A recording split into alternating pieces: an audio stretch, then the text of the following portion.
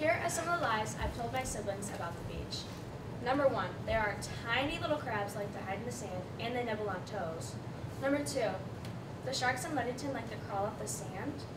And number 3, certain parts of the sand are actually quicksand, but you can't really tell visually. But there's plenty more, but we don't really have time for that. So I will be talking about why I love Ludington, Michigan. And this location reminds me of all the great times I've had with family and just growing up there, basically.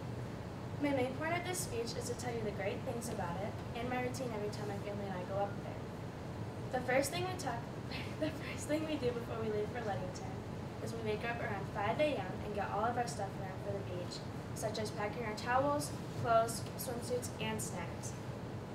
And as any other person would do, as they work, really early, they sleep in the car. And it's really hard to do that when your wannabe rock and roll dad is playing Nickelback and AC/DC the whole time there.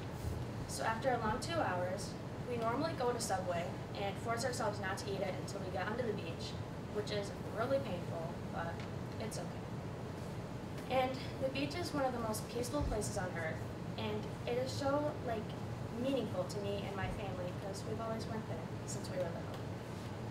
And eventually when we get there, we drive to our family beach house, which is a pretty blue 2-story house, which is of course beach themed on the inside. And while we're there, we drop off some unnecessary stuff that isn't needed for the beach. And we all get around and head out to go to the beach. On our walk there, it's about 8 minutes till we get to the beach, and there are tons of cats, and we of course have to stop and pet all of them. And we really try not to take any of them, but we did do it once, and it wasn't very good. But one time, there was this late night walk that we went on, and there was this cat, and we of course were petting it, and it was really dark outside. And this lady, she was the owner, she walked up behind us, gave us a really big scare because we were petting her cat, and it was kind of scary.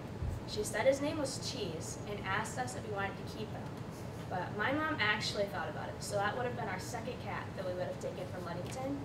But my dad told her no because we already have 4 waiting at home for us, so that would have been really tragic for my mom. Afterwards, when we get to the beach, we climb up these enormous sand dunes, and they hurt so bad because of all the stuff you're carrying. They're about maybe 20 to 30 feet tall, and they're always on a direct slant, so they hurt your shins till you literally cannot walk. And when we eventually get to the beach, we lay out all of our stuff, do our normal stuff like maybe swimming, tanning, and maybe doing some volleyball, which we only do sometimes.